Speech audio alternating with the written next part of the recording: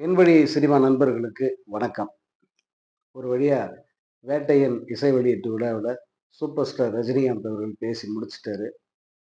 கிட்டத்தட்ட 1 மணி நேர பேச்சு. கரெக்ட்டா சொல்லணும்னா 51 நிமிஷம் பேசியிருக்காரு ரஜினிகாந்த். எப்போதும் போல அந்த பேச்சில் அவர் மொத்த கூட்டத்தையும் கட்டி போட்டுட்டாரு. வந்திருந்த அத்தனை பேருக்கும் அந்த பேச்சு மிகப்பெரிய விருந்தா அமைஞ்சது. கேட்ட அத்தனை பேருக்கும் அந்த பேச்சு அத்தனை பெரிய உத்வேகத்தை கொடுக்கிற பேச்சா அமைஞ்சது. மோட்டிவேஷனல் ஸ்பீச் அப்படின்னு சொல்லுவாங்க இல்லையா? ஆங்கிலத்துல. அந்த மாரி பேச்செல்லாம் வந்து ரஜினிகாந்த் மாரி ஒருத்தர் பேசினா தான் எடுபடும். அந்த மாதிரியான அ ஒரு லாவகம் வந்து ரஜினிக்கு மட்டுமே கை வந்திருக்கு. 1 மணி நேரம் அவரு பேசினா, அந்த 1 மணி நேரமும் கூட்டம் இங்க, அங்க அசையாம அவரையே வச்சே கண் வாங்காம பார்த்து முழுசா கேட்கறாங்க. அந்த அளவு வசீகரமா அவர் பேசுறாரு. பல நிகழ்ச்சிகள தொகுத்து, பல சம்பவங்கள தொகுத்து, வாழ்க்கை தத்துவங்கள தொகுத்து மேடு பள்ளங்கள் எல்லாத்தையும் வந்து அவரு அந்த தன்னுடைய பேச்சுக்குள்ள கொண்டு வர்ற விதம் இருக்கே, அதெல்லாம் வந்து ஒரு தேர்ந்த பேச்சாளனுக்கு கூட கை வராது. நான் சொன்னா உங்களுக்கு மிகையா இருக்கலாம். 10 நிமிஷம் நீங்க மைக் முன்னாடி உட்கார்ந்து பேசி பாருங்க. அடுத்தவங்கள சுவாரஸ்யமா நம்ம கவர் பண்ண முடியுதா? அப்படிங்கிறது உங்களுக்கு புரியும். அப்பதான் தெரியும் 1 மணி நேரம் பேசுறது எவ்வளவு பெரிய கஷ்டம்னு சொல்லிட்டு. இங்க தலைவர் வந்து 51 நிமிஷம் எக்ஸாக்ட்டா பேசி முடிச்சிருக்காரு. அந்த பேச்சில் ஆரம்பத்திலிருந்து கடைசி வரைக்கும் எங்கேயுமே ஒரு சின்ன ஜெர்க் கிடையாது. இந்த படத்த அவர் எப்படி கமிட் பண்ணாரு? இயக்குனர் ஞானவேல் எப்படி இதுக்குள்ள வந்தாரு? இது எல்லாம் சொல்லும்போது வந்து அவ்வளோ நீங்க இதுவரைக்கும் எத்தன கதை கேட்டிருப்பீங்க. அதாவது இந்த ஞானவேல் படம் எப்படி கமிட் ஆனாரு? ரஜினிக்கு படம் எப்படி அவரு சொன்னாரு? இந்த ப்ராஜெக்ட் உள்ள எப்படி அவர் வந்தாருங்கிறத பல கதைகள் எல்லாரும் சொல்லியிருப்பாங்கல்ல. ரஜினி அவருடைய அனுபவத்த நேராவே சொல்லிட்டாரு. ஜெயிலருக்கு பிறகு பல கதைகள் கேட்டிருக்காரு. பல இயக்குனர்கள சந்திச்சிருக்காரு. அப்புறம் வெறுத்து போய் விட்டாரு. இதுக்கு முன்னே வந்து அவர் சொன்னார். உங்களுக்கு ஞாபகம் இருக்கும். அ அதுக்கு முன்ன அண்ணாத்துக்கு பிறகு பல கதைகள் கேட்டுட்டு எதுவும் சரியா வராதனால அமைதியா விட்டுட்டேன். அப்புறமா தான் நெல்சன் வந்து ஒரு நாள் வந்து கதை சொன்னாரு அப்படின்னு அந்த சம்பவம் சொன்னார்ல. அதே போல தான் ஜெயிலர் மிகப்பெரிய வெற்றி. ஒரு வெற்றிய குடுத்த பிறகு அதை விட பெரிய வெற்றியா அடுத்த படம் குடுக்கணும். ஒருவேளை தோல்வி படம் அப்படின்னா, அந்த இயக்குனருக்கு இதை விட ஒரு பெரிய வெற்றி படம் குடுத்தாக வேண்டிய கட்டாயம் இருக்கு. இயக்குனர், ஹீரோ எல்லாருக்குமே. அத தன்னுடைய பேச்சில் சுட்டிக்காட்டின ரஜினி, ஒரு நல்ல கதை வர வரைக்கும் காத்திருப்போம்ன்னு சொல்லிட்டு அவர் பேசாம விட்டுட்டாராம். யாரையுமே அதுக்கப்புறம் மீட் பண்ணக்கூடாதுன்ட்டு. அப்ப எத்தன பேர அவர் சந்திச்சிருப்பாருன்னு நம்மால புரிஞ்சுக்க முடியுது இல்லையா? அதுல லோகேஷ் கனகராஜ், அப்புறம் நெல்சனு இவங்க கிட்ட ஏற்கனவே கதை கேட்டு இவரு லாக் ஆகியிருக்காரு. ஆனா லைக்காவுக்கு உடனடியா ஒரு படம் பண்ணோம். அதுக்கு தோதான ஒரு டைரக்டர் காத்துட்டு இருக்கும்போது தான் சௌந்தர்யா வந்து ஞானவேல ரெஃபர் பண்ணியிருக்காங்க. அவங்க தான் இன்ஃபாக்ட் ஞானவேல சாருக்கு வந்து அறிமுகப்படுத்தி, இந்த படத்துக்கு இயக்குனரா கமிட் ஆவறதுக்கு ஒரு காரணமா இருந்திருக்காங்க. அப்போ ரஜினி சார் சொல்றாரு, "கண்ணா நீ வந்து உன்னோட ஜெய் பீம் படம் பார்த்துட்டேன். அது ரொம்ப நல்லா இருக்கு. ஆனா நமக்கு இந்த மெசேஜ் சொல்றது, இந்த மாரியான கதைகள்லாம் நமக்கு ஒத்து வராது. எனக்கு வந்து மாஸா கமர்ஷியலா ஒரு படம் பண்ணணும். அது உன்னால முடியுமா? அதுக்கு கதை இருக்கா?" அதத்தான் கேட்டிருக்காரு. நான் இது எப்பவுமே ரஜினி சார் பல இடங்கள்ல சொன்னது தான். அதாவது அவரு அடுத்தவங்க பணத்துல எக்ஸ்பெரிமென்ட் பண்ண விரும்பவே மாட்டார். அது தவறுன்னு நினைப்பார். எக்ஸ்பெரிமென்ட் பண்றதுன்னா தன் சொந்த பணத்துல பண்ணணும்னு நினைப்பாரு. அவர் அப்படி பண்ண படம் தான் வந்து வள்ளி. அப்படி பண்ண படம் தான் பாபா. அப்படி பண்ண படம் தான் மாவீரன். இதெல்லாம் வந்து அவருடைய சொந்த காசுல ஒரு எக்ஸ்பெரிமெண்ட் ஒரு சரித்திர படம். ஒரு அ ஆஃப் பீட் படம், வள்ளி மாரி. அப்புறம் ஒரு ஆன்மீக படம். இது எல்லாமே அவர் சொந்த காசுல எடுத்தாரு. நஷ்டம் வந்தா கூட பரவாயில்லன்னு திருப்பி குடுத்தாரு. இது அவருடைய மனநிலை. அத திரும்ப ஒரு வாட்டி சொல்றாரு. எனக்கு மாஸா கமர்ஷியலா ஒரு படம் வேணும். அது பண்ண முடியுமா? ஒரு ஆக்ஷன் என்டர்டெயின்மென்ட்ன்னு உடனே ஞானவேல் சொல்லியிருக்காரு. நான் பண்றேன் சார் கண்டிப்பா. நீங்க வந்து லோகேஷ் அல்லது நெல்சன் இவங்கெல்லாம் காட்டாத ஒரு கோணத்துல நான் வந்து இந்த படத்துல உங்கள காட்டுறேன் அப்படின்னு சொல்லிட்டு அவர் உறுதி சொல்லியிருக்காரு. எனக்கு அப்படித்தான் கதை வேணும். எனக்கு அந்த மாரி டைரக்டர் தான் வேணும். இல்லன்னா நான் லோகேஷ் கிட்ட போயிருக்க மாட்டேனா? அப்படின்னு அந்த இடத்துல ரஜினி சொல்லி இவர கமிட் பண்ணியிருக்காரு. அதையெல்லாம் வந்து அவரு விரிவா சொன்னாரு. அதன் பிறகு இந்த படத்துல ஹீரோயின் கமிட் ஆனத சொல்லும்போது வந்து அவர் பழைய இத சொல்றாரு. 30 வருஷத்துக்கு முன்னாடின்னா, என்கிட்ட கதை சொல்லி படத்த ஓகே பண்ணி முடிச்ச உடனே நான் கேட்கறது ஹீரோயின் யாருன்னு தான் கேட்பேன். ஜாலியா வந்து அந்த பழைய காலத்த வந்து அவர் நினைவு கூர்றாரு. பட் இப்போ வந்து அந்த மாரி வந்து நான் கேட்கறது இல்ல. பட் இந்த படத்துக்காக கேட்கும்போது வந்து மஞ்சு வாரியர்ன்னு சொன்னாங்க. நான் அசுரன் படம் பார்த்தேன். அதுல அவங்க ரொம்ப வயசான ஒரு தோற்றத்துல தான் இருந்தாங்க. சரின்னு சொன்னேன். ஆனா நேர்ல பார்த்தா தளதளன்னு இருந்தாங்க. என்னடா பழி வாங்குறதுக்காக டைரக்டர் இப்படி ஒருத்தர கொண்டு வந்துட்டாங்களா? அப்படின்னு சொல்லி கேட்டேன். அப்படின்னு அதெல்லாம் அந்த ஜாலியான இதெல்லாம் வந்து சொல்றாரு. அனிருத் பத்தி சொல்லும்போது எப்பயும் போல தான். அனிருத் வந்து அவருக்கு எப்பவுமே ஒரு செல்ல குழந்தை. அனிருத் அவர் வீட்ல 10 அடி உயரத்துக்கு ரஜினி படத்த மாட்டி வச்சிருக்காராம். அத இந்த இடத்துல வந்து சொல்றாரு. எப்படி இந்த குழந்தைக்கு வந்து நான் திருப்பி செலுத்தப் போறேன் அப்படின்னு சொல்லிட்டு ரொம்ப நெகிழ்ச்சியா பேசினாரு. ஆனா நியாயமா வந்து அனிருத் தான் வந்து இத பலமுறை, பல மேடைகளில் சொல்லியிருக்காரு. ரஜினி என்கிற ஒரு அந்த ஆளுமை அவருக்கு குடுத்த உற்சாகமும், நம்பிக்கையும் மிக பெருசு.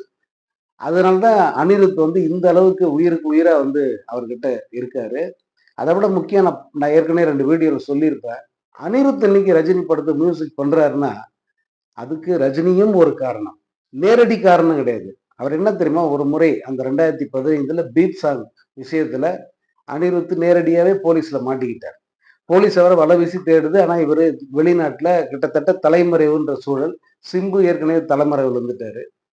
இப்ப அனிருத்த தான் தேடுறாங்க. ஏன்னா அவரு தான் மியூசிக் டைரக்டர். அதனால அவர தேடும்போது ஆ இவர் வந்து எங்கேயோ ஒளிஞ்சுகிட்டு இருக்காரு. அவங்க அப்பாவ கூப்பிட்டு விசாரிக்கிறாங்க. அவங்க அப்பா ஒரு நடிகர் ரவிச்சந்திரன் அப்படின்ட்டு. அவர கூப்பிட்டு விசாரிக்கிறாங்க. அந்த சூழல்ல ரஜினி வந்து தலையிடுறாரு இதுல. தலையிட்டு எங்க இருக்காரு அனிருத்ன்னு கேட்டு, அவர கூப்பிட்டு, "கண்ணா இது ரொம்ப தப்பு. இதெல்லாம் வந்து வேண்டாம். நேரடியா போலீஸ் கிட்ட போங்க. உண்மைய சொல்லுங்க. எந்த வகையில வந்து நீங்க அந்த லீகலா பிரச்சனையில மாட்டிக்க வேண்டாம்." அப்படின்னு சொல்லிட்டு ஒண்ணு சொல்றாரு. யார் கண்டது? நாளைக்கே நீங்க வந்து என் படத்துல இசையமைப்பாளரா ஒப்பந்தமால என் படத்துக்கே கூட மியூசிக் போடுற ஒரு வாய்ப்பு உங்களுக்கு வரும். அத வந்து கெடுத்துக்காதீங்க. உங்களுக்கு பெரிய கரியர் இருக்கு. அதனால இந்த மாரி எந்த சச்சரவிலும் மாட்டிக்காதீங்க அப்படின்னு ரஜினிகாந்த் அனிருத்துக்கு வந்து அட்வைஸ் பண்றேன். ஏன்னா அனிருத் அதுவரைக்கும் வந்து சில சர்ச்சைகள்ல சிக்கிக்கிட்டே இருந்தாரு. இந்த நடிகையோட தொடர்பு பண்ணுவாங்க, அல்லது அவங்களோட ஒரு தொடர்பு பண்ணுவாங்க, அல்லது ஏதோ பார்ட்டியில போய் மாட்டிக்கிட்டாருன்னுவாங்க. இப்படி நெறைய அவருக்கு எதிராக நெறைய சொல்லிக்கிட்டே இருந்தாங்க.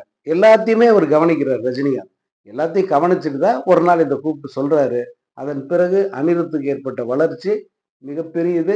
அவர் இத சொன்ன ஒரு 2 வருஷத்திலே வந்து ரஜினி படத்துக்கு அவர் மியூசிக் டைரக்டரா ஒப்பந்தமானாரு. அந்த படம் தான் பேட்ட. அதன் பிறகு தொடர்ச்சியா 4வது படத்துல வேலை பார்க்கிறாரு. ஸோ அனிருத் வந்து எப்பயுமே ரஜினிக்கு கிரேட்ஃபுல்லா இருக்காருன்னா, அவருடைய வளர்ச்சியில ரஜினியினுடைய அக்கறை, அவருடைய அந்த அறிவுரை வந்து ஒரு பெரிய பங்களிப்பா இருந்தது. அதனால அனிருத் வந்து அவர் இப்படி இருக்கிறதுல ஆச்சரியம் இல்ல. அதே நேரம் ரஜினி அனிருத் மேல எந்த அளவுக்கு ஒரு பாசம் வச்சிருக்காருன்றத இந்த மேடையிலும் பகிர்ந்துக்கிட்டாரு. அதேபோல ஒரு படம் நல்ல படமா அமையணும்னா, தயாரிப்பு நிறுவனம் எப்படி இருக்கணும் அப்படிங்கிறத ரஜினி இந்த இடத்துல இன்னொரு முறை வந்து அழுத்தி சொல்லியிருக்காரு.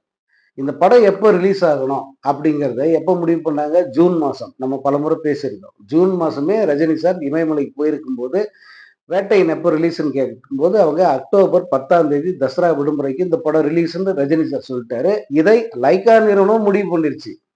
நானே எத்தன வாட்டி சொல்லியிருக்கேன். ஆனா, லைக்கா நிறுவனம் இந்த பட அறிவிப்பை அபிஷியலா வெளியிடாம தப்பு பண்ணிட்டாங்க. அது இந்த மேடையில ஓப்பனாவே ரஜினி சார் வந்து சொல்றாரு. காரணம் அவங்களுடைய பினான்சியல் கிரைசிஸ் அப்படின்னு ஒரு உண்மைய வந்து போட்டு உடைச்சாரு. இது லைக்கா நிறுவனத்துக்கு ஒரு குட்டு தான். ஏன்னா, ஒரு விஷயத்த முடிவு பண்ணிட்டு அத அபிஷியலா டிக்ளேர் பண்ணணும். அப்படி பண்ணாதான் வேற எந்த கிளாஷும் வராது. இப்ப தேவையில்லாம இந்த கங்குவா கூட கிளாஷ், அப்புறம் அவங்க விட்டு குடுத்த மாரி, இப்படியெல்லாம் ஒரு சீன் கிரியேட் ஆகாம இருக்குல்ல. அத வந்து இந்த தன்னுடைய பேச்சுல அவர் குறிப்பிட்டாரு. அதுக்கு அடுத்து அமிதாப்ப பத்தி அவர் பகிர்ந்துகிட்ட விஷயங்கள் வந்து ரொம்ப ஆத்மார்த்தமா இருந்தது. ஏன்னா, அமிதாப்புக்கும் அவருக்குமான நெருக்கம், அதேபோல அமிதாப்பினுடைய குடும்ப பின்னணி, அமிதாப்பும் ராஜீவ்காந்தியும் ஒண்ணா படிச்சவங்க. அமிதாப்புக்கு உடம்பு சரியில்லாம போகும்போது எப்படி அன்னைக்கு பிரதமரா இருந்த இந்திரா காந்தி வெளிநாட்டுல தன்னுடைய ஒரு மாநாட்டுல கலந்துக்கிட்டவங்க. அத கூட கேன்சல் பண்ணிட்டு அமிதாப்புக்காக இங்க வந்து சிறப்பு விமானம் ஏற்பாடு பண்ணி அவர லண்டனுக்கு கூட்டிட்டு போயிட்டு சிகிச்சை குடுத்து, அவர திரும்ப காப்பாத்தி இங்க கொண்டு வந்து அது எல்லா அந்த பின்னணியும் ரஜினி சார் வந்து இங்க நினைவு கூர்ந்தாரு. அதேபோல அமிதாப்புக்கு கூலி படப்பிடிப்பின் போது நடந்த அந்த விபத்து, அதிலிருந்து அவர் மீண்டு வந்தது. சொந்த பட தயாரிப்புல தொடங்கி, அதுல கடும் நஷ்டமாயி, பிறகு அதிலிருந்து மீண்டு வந்து இழந்ததையெல்லாம் மீட்டது. இது எல்லாத்தையும் வந்து அவர் சொன்னாரு. இங்க வாழ்க்கைங்கிறது மேடு, பள்ளம் அப்படிங்கிற ஒரு சுழற்சி தாங்கிறத, இந்த அமிதாப்போட சொந்த கதைய வச்சே வந்து அவரு சொன்னாரு. இன்னொரு முக்கியம் என்னன்னா, இங்க சகுனிகள் நிறைந்திருக்கிற இந்த உலகத்துல நேர்மையா வாழ்றது மட்டுமே கை கொடுக்காது. இங்க கொஞ்சம் சாணக்கியனாவும் இருக்கணும் அப்படின்ற ஒரு சொந்த அனுபவத்தையும் வந்து அந்த இடத்துல சொன்னார். ஏன்னா, வாழ்க்கை முழுக்க வந்து ரஜினிகாந்த் நேர்மையா இருந்தாரு அப்படிங்கிறத நம்ம உறுதியா சொல்லலாம். அவர் அதை எல்லா இடத்துலயும் சொல்லியிருக்காரு. 10 பைசாவுக்கு வழி இல்லாம, அடுத்த வேளைக்கு சாப்பாடு இல்லாம கஷ்டப்படும்போதே நான் பொய் சொன்னதில்ல. நான் நேர்மையா இருந்திருக்கேன். இன்னைக்கு கோடி கோடியா சம்பாதிச்சு 7 தலைமுறைக்கு சொத்து சேர்த்து வச்ச பிறகு நான் பொய் சொல்லி அல்லது நேர்மற்ற முறையில் நடந்து என்ன ஆகப் போகுது அப்படின்னு ரஜினி பல மேடைகள்ல கேட்டிருக்காரு. அதனால அந்த ஹானஸ்ட்ங்கிறது அவர் ஹானஸ்ட்னா எந்த அளவுக்கு இருப்பாருங்கிறத இன்னொரு அதே நேரம் ஹானஸ்டா இரு தப்பில்ல. ஆனா சூதானமா நடந்துக்க, எச்சரிக்கையா இருந்துக்க, கொஞ்சம் புத்திசாலித்தனத்தோட சாணக்கியனாவும் நடந்துக்க அப்படின்னு எல்லோருக்குமே பொருந்துகிற ஒரு அட்வைஸ ரஜினிகாந்த் இங்க சொன்னாரு. நெறைய அவரு வழக்கம் போல குட்டி கதைகள், அந்த வாழ்க்கையினுடைய உபதேசங்கள், தத்துவங்கள் எல்லாத்தையுமே வந்து ஒரு ஒரு ஒரு கம்பைன்டு ஒரு காம்போ மாரி வந்து இந்த இடத்துல அவருடைய பேச்ச வந்து குடுத்தாரு. எப்பயுமே வந்து நான் ரஜினிகாந்த் பேச்ச முழுசா கேட்டுட்டு, அ ஆ ஒரு முழுசா கேட்ட உடனே மகிழ்ச்சிங்கிறத விட ஒரு ஆச்சரியம் மனசுக்குள்ள வந்து உட்காரும். ஒரு 10 நிமிஷம் நம்ம வீடியோ பேசணும்னா நம்ம எவ்வளோ திணர்றோம், எவ்வளோ தூரத்துக்கு ரிஹர்சல் போறோம், என்னெல்லாம் பண்றோம். ஆனா ஒரு மனிதர் அவர் வயது என்ன? ஆனா, அவரு எப்படி பேசுறாரு? என்ன ஒரு எனர்ஜி அவருடைய பேச்சுல. 1 மணி நேரம் நின்னுட்டு அவர் பேசுற அந்த விதம் இருக்கே, அதெல்லாம் வந்து ஒவ்வொரு இளைஞர்களும் பார்த்து கத்துக்க வேண்டிய ஒரு முக்கியமான ஒரு அம்சம் அது. இன்னொரு முறையும் சொல்றேன். ரஜினி ஒரு அதிசய பிறவி. ஏன்னா எல்லாருமே அப்படி ஆயிட முடியாது. எல்லாருமே அப்படி பேசிற முடியாது. எல்லாருமே அப்படி பேச்சால வந்து தன்வசப்படுத்த முடியாது. அது வந்து கோடியில ஒருத்தருக்கு தான் அது சாத்தியம்.